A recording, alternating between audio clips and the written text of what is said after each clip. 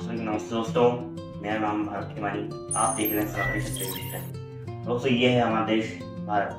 इसकी कुल जनसंख्या है 143.81 करोड़। और हमारे देश में ज़्यादातर जनसंख्या जो है वो हिंदुओं की है। लेकिन आज हम बात करने वाले एक अलग कम्युनिटी के बारे में। हमारे देश में एक और कम्युनिटी है जिसका नाम है सिख कम्युनिटी, और ये हमारे भाई हैं, हिंदुओं के भाई हैं। और ये सिर्फ मैं ऐसे ही नहीं बोल रहा क्योंकि हम सेक्युलर हैं या फिर कोई और छोटा मोटा रीजन है इसका, बल्कि हम एक जैसे हैं और हमारे इतिहास के रूप में भी हम भाई हैं। हमने कई बार इसका साथ निभाया है। आज हम इस टॉपिक के बारे में बात करने वाले हैं। पहला पॉइंट ये है, जो जगन्नाथ जी थे वो सुनते थे गुरु नानक जी की कथा। तो एक समय की बात है जब गुरु नानक दुनिया के गमन पे निकले थे, पैदल यात्रा पे निकले थे। तब वो पुरी के जगन्नाथ मंदिर पहुंचे। तो लोग वहाँ के जो पहरेदार थे उनके पहनावे को, जो गुरु नानक का पहनावा था, उनकी बड़ी हुई दाढ़ी, उनका पहनावा देख के उनको खलीफा समझ लिया था। जो वहाँ के वारपाल थे उन्होंने उनको खलीफा समझ लिया था, इसलिए उनको अंदर आने से मना कर दिया। और ये सब चीजें होने के बाद गुरु नानक जो थे वो कई सारे साधुओं को लेके जो समुद्र के तट पे वहाँ पे भजन कीर्तन करना शुरू किया था उन्होंने। उसी रात को जो पुरी के राजा थे उन्होंने सपने में भगवान जगन्नाथ आए थे। उन्होंने बोला था कि जो रोजाना आरती होती है उसे मत करना, क्योंकि उस समय मैं वहां पे नहीं होता, मंदिर में नहीं होता। मैं उस समय मैं नानक की कथा सुन रहा होता हूँ।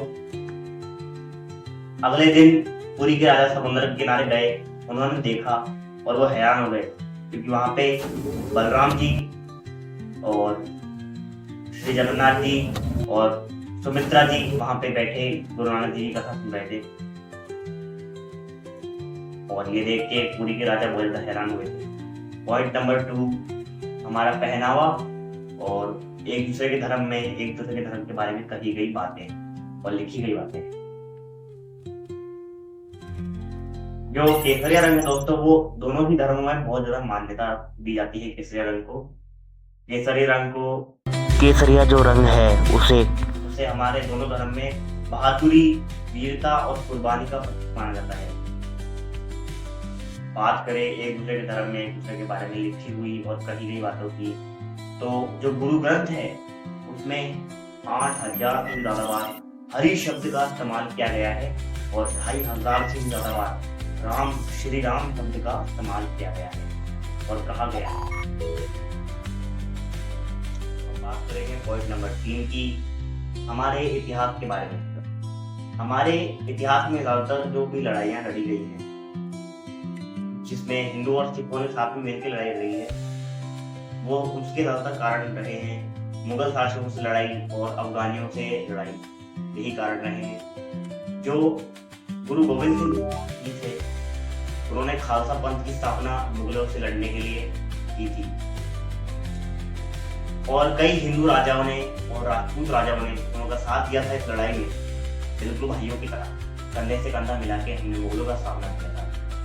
महाराजा रणजीत सिंह जो थे, उनकी सेना में हिंदू और सिख दोनों भाई भाई की तरह मिलके लड़ते थे और उन्होंने मिलके अफगान शासकों को हमारे देश से खदेड़ दिया था, निकाल दिया था। यही कारण है कि आज हम ये सब बताने के लिए आपको ये वीडियो बना रहे हैं।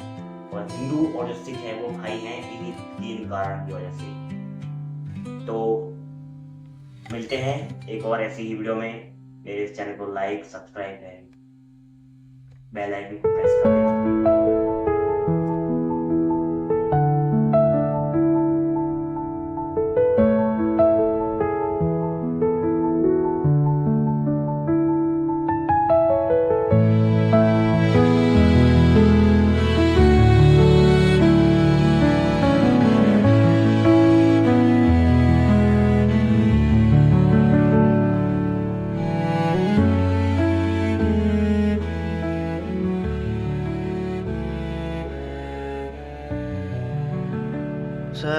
सनातन क्षत्रिय